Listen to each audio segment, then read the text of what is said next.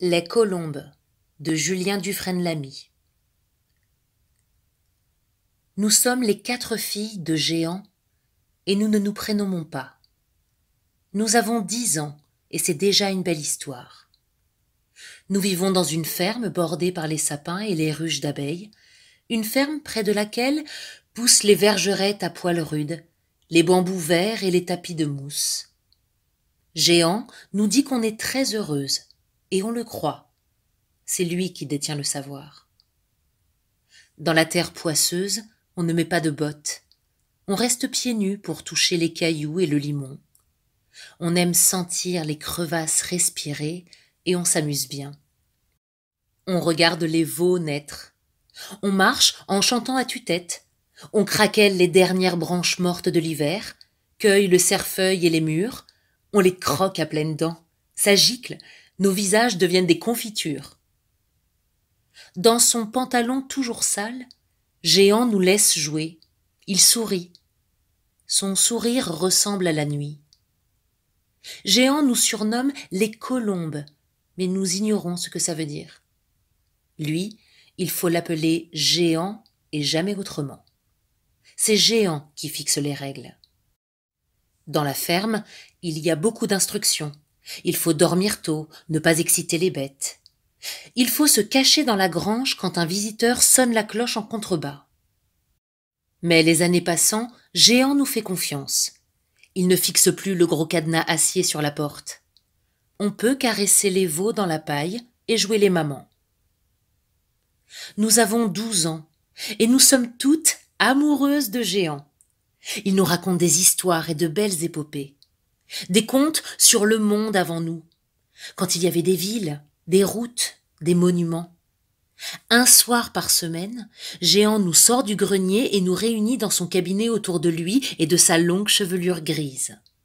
Géant nous décrit les ouragans et les tempêtes qui portaient des noms de femmes, les côtes noyées par l'océan, les plages oubliées, les tumeurs, les œufs contaminés, les suicides, les mariages homosexuels, les hommes barbus dans les déserts qui tranchaient des têtes, des barbus sanguinaires, rien à voir avec Jésus. Dans les histoires du géant, il y a toujours des fantômes, des feux follets, des dames aveugles, des peurs et des loups-garous. Des vampires qui vivaient dans un mur qu'on appelait Wall Street. Et un jour, Géant nous explique. Les colombes étaient d'anciens oiseaux de couleur blanche que les hommes ont tués parce que, comme nous, elles apportaient la joie et la paix partout où elles allaient. Dans la ferme, les colombes se répartissent les tâches. Pas question de les harder sur les dalles au soleil et de jouer les distraites. Géant tient un cahier dans lequel il consigne nos corvées.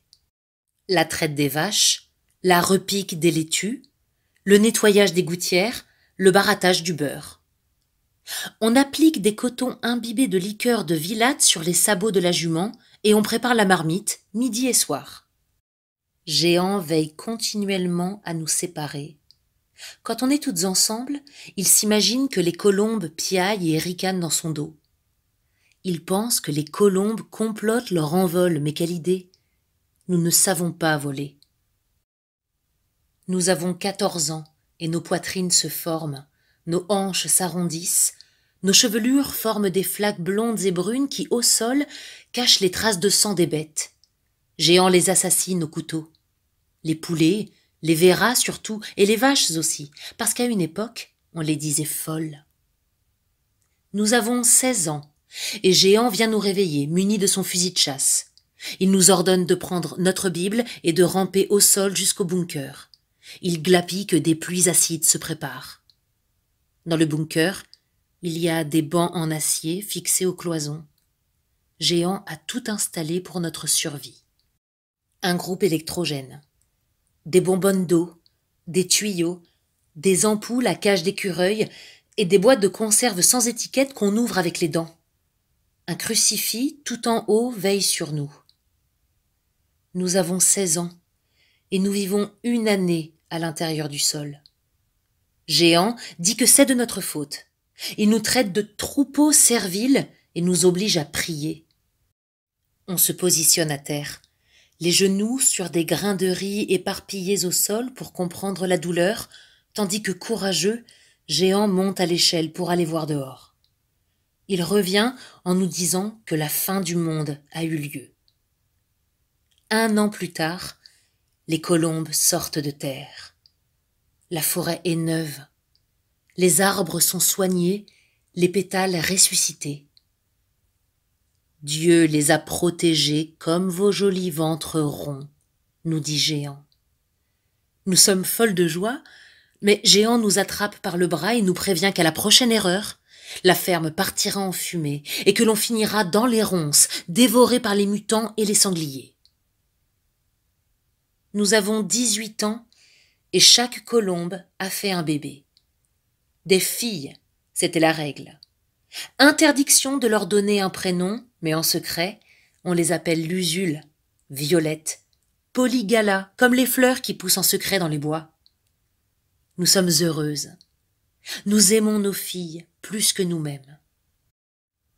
Nous avons 20 ans, et Géant dit que nous sommes fatigués, que nos ailes sont abîmées, que nos corps sont éreintés comme ceux de nos mères avant nous, des femmes pieuses et courageuses que nous n'avons pas connues.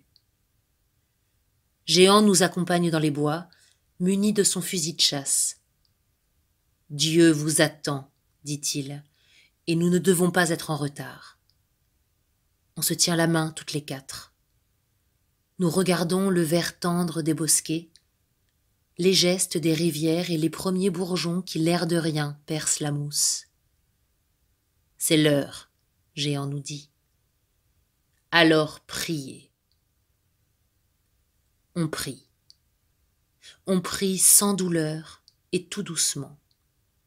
On prie jusqu'au bout, sans pleurer, les unes tenues contre les autres. On prie pour que nos filles qui dorment dans la grange cadenassée apprennent un jour à ne jamais se taire et à s'envoler.